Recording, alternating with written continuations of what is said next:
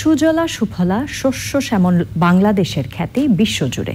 তবে জলবায়ুর বিরূপ প্রভাব ও অপরিণামদর্শী বিভিন্ন কর্মকাণ্ডে দিন দিন কমছে বনভূমি ও গাছের সংখ্যা। এতে খাদ্য ও আবাসস্থলের সংকটে পড়ছে বন্যপ্রাণী। পরিস্থিতির উন্নয়ন ও প্রাণ প্রকৃতি রক্ষায় সবুজে সাজাই বাংলাদেশ সহ দেশে সবুজ বেষ্টনী গড়তে নানা কার্যক্রম বাস্তবায়ন করা হচ্ছে। সবুজে সাজাই বাংলাদেশ নিয়ে আফরোজা হাসির প্রতিবেদন। বনভূমি সহ বিভিন্ন উদ্ভিদরাজিতে সমৃদ্ধ বাংলাদেশ। অক্সিজেনের যোগান থেকে শুরু করে বন্যপ্রাণী ও মানবজাতির জীবনধারণে প্রত্যক্ষ ও পরোক্ষভাবে গুরুত্বপূর্ণ ভূমিকা রাখে এসব উদ্ভিদ। প্রাকৃতিক দুর্যোগ মোকাবেলায় ঢাল হয়ে দাঁড়িয়ে থাকে দেশের বনভূমি ও গাছপালা।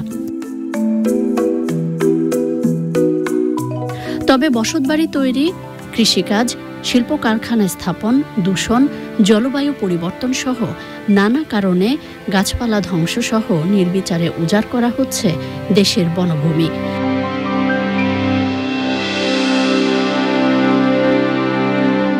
ভিনদেশি উদ্ভিদের আগ্রাসনে কমে যাচ্ছে দেশীয় উদ্ভিদের বৈচিত্র্য, মলিন হয়ে পড়ছে পরিবেশ ও প্রকৃতি। এমন পরিস্থিতিতে প্রকৃতিকে সবুজে সাজাতে নানা কার্যক্রম বাস্তবায়ন করা হচ্ছে।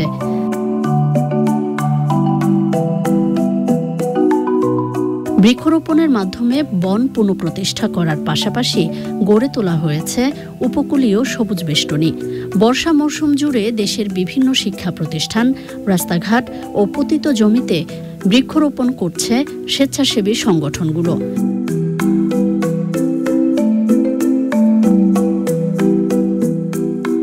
শিক্ষার্থীসহ জনসাধারণের মাঝে বিতরণ করা হচ্ছে বিভিন্ন প্রজাতির গাছের চারা। ঢাকাসহ বিভিন্ন শহরাঞ্চলে বৃদ্ধি পাচ্ছে ছাদ বাগান। সবুজে সবুজে সজ্জিত হচ্ছে চারপাশ।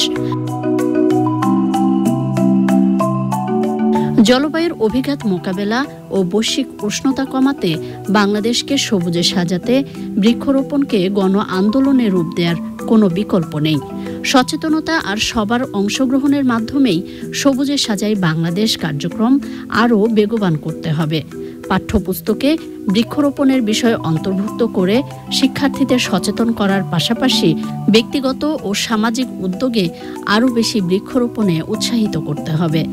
এসব কাজে সংশ্লিষ্ট সরকারি প্রতিষ্ঠানগুলো সম্পৃক্তকরণ এবং সম্মিলিত উদ্যোগে বৃক্ষরোপণের ক্ষেত্রে একটি কেন্দ্রীয় নীতিমালা প্রণয়ন করা জরুরি।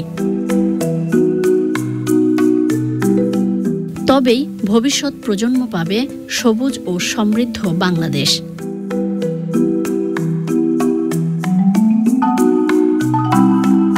আফরোজা হাসি, প্রকৃতি ও জীবন ডেস্ক, চ্যানেল আই।